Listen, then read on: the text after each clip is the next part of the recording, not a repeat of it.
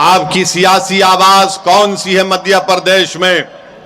कौन है जो आपकी तकालीफ को, आपके जुल्म और नाइंसाफी के खिलाफ आवाज बुलंद कर सके? अगर आप ये चाहते हैं कि आपकी आवाज को कोई बुलंद करे तो 6 जुलाई के दिन आप अपना एक एकॉट मजलिस के हक में इस्तेमाल करिए। ये मत कहिए कि असदुद्दीन ओवैसी और इम्तियाज जलील हमारी आवाज है। इम्तियाज जलील और असदुद्दीन ओवैसी नाकाफी हैं एक मजलूम लोगों के लिए, बल्कि हमारी नेक ख्वाहिश ये है, हमारा ख्वाब ये है कि 1-2 नहीं बल्कि 100 की तादाद में इंशाअल्लाह ताला इस मुल्क में असदुद्दीन ओवैसी और इम्तियाज जलील से ज्यादा नेक और काबिल लोग मजलूम कौम की रहनुमाई करने के लिए आगे बढ़े। मेरे अजीज दोस्तों और बुजुर्गों, ये आपके मसाइल हैं। आप जानते हैं कि आपके खंडवा में पीने का पानी दस्तयाब नहीं है। हम पूछना चाहते हैं भाजपा के मुख्यमंत्री से कि आप इतने बरस से इस प्रदेश के मुख्यमंत्री हैं, आपने खंडवा में पीने का पानी का मसला क्यों हल नहीं किया? और नरेंद्र मोदी पूरा ये दावा करते हैं कि हमने, भारत के प्रधानमंत्री कहते हैं कि हमने नल जल का इंतजाम कर दिया। देश के प्रधानमंत्री खंडवा में ना नल है ना जल है, पानी मिलता ही नहीं है यहां पर। क्या आपको पानी मिलता है? क्या भाजपा ने पानी पिलाया आपको? जब पानी नहीं पिला सके तो वोट किसको देंगे आप? ये बरसों से यहां पर 20 साल से भाजपा के विधायक हैं, 20 साल से भाजपा का मेयर है, यहां से एमपी उनका मुंतखब हो जाता है।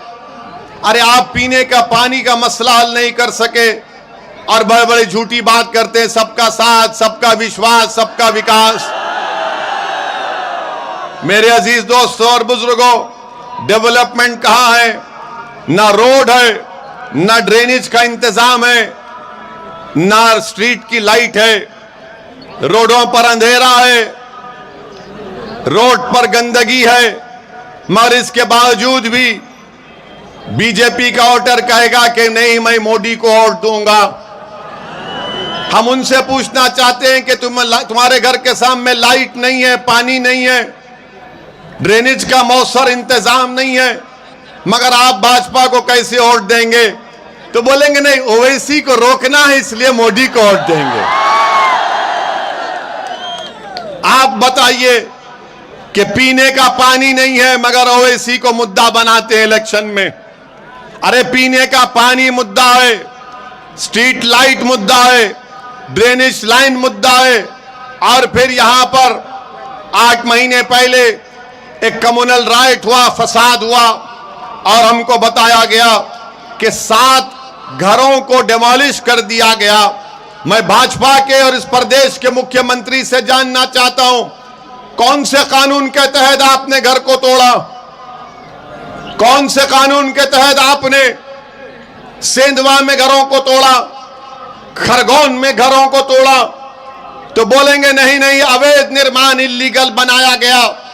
अगर अवैध निर्माण इल्लीगल की बात कर रहे हैं तो मध्य प्रदेश में 80% घर इल्लीगल हैं। क्या सबको तोड़ोगे मुख्यमंत्री आप? मगर आप एक मुस्लिम समाज को, मुस्लिम समुदाय को भाजपा उनको उनकी इज्जत से महरूम करना चाहती है, जिसको अंग्रेजी में कहते हैं कलेक्टिव पनिशमेंट, इज्तिमाई सजा देना चाहती है। आपका कानून है जो कहता है कि 1 महीने की नोटिस मिलनी चाहिए अगर अवैध निर्माण है, मगर नहीं, आप अखबार में, मीडिया में कह देती है कि यहां से पत्थर फेंके गए थे, इसका घर था, हम उसके घर को तोड़ देंगे। याद रखो, इख्तियार कभी इंदिरा गांधी के पास नहीं था, सत्ता कभी इंदिरा गांधी के पास हमेशा नहीं थी, सत्ता हमेशा राजीव गांधी के पास नहीं थी, सत्ता हमेशा पंडित नेहरू के पास नहीं था, इख्तियार हमेशा अटल बिहारी वाजपेयी के साथ नहीं था। तो सुन लो मध्य प्रदेश के मुख्यमंत्री और देश के प्रधानमंत्री, तुम हमेशा इख्तिदार या सत्ता में नहीं रहोगे, एक दिन इख्तिदार तुमसे छीन लिया जाएगा। यह दुनिया का निजाम है जिसको अंग्रेजी में कहते हैं कि पावर इज नॉट इटर्नल। हमेशा ताकत किसी के पास नहीं रहती, मगर जब ताकत आपके पास है तो ताकत के नशे में चूर होकर कमजोरों पर जुल्म करना बहादुरी नहीं है। ताकत के नशे में चूर होकर कमजोरों के घरों को तोड़ना तुम्हारी ही ताकत नहीं है, बहादुरी नहीं है, बल्कि यह तुम्हारी बुज़दिली की निशानी है कि तुम कमजोरों के घर तोड़ रहे हो। अगर तुम वाकई में ताकतवर हो तो जाओ उन बड़े बड़े पूंजीपतियों के घर को तोड़ो, उनकी ईंट को भी तुम हाथ नहीं लगा सकते। तुम कमजोर को देखकर उसके घर को बर्बाद कर रहे हो। मगर याद रखो, जिस कमजोर को तुम कमजोर समझ रहे हो वो अल्लाह की नजर में सबसे ताकतवर होता है। अल्लाह की कुदरत और रहमत जोश में आएगी इंशाअल्लाह।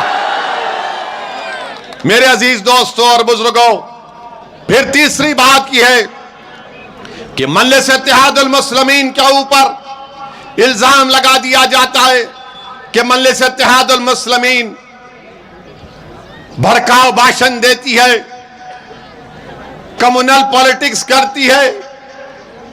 मैं जितनी बात यहां पर कहा उसमें कम्युनल क्या है बताओ?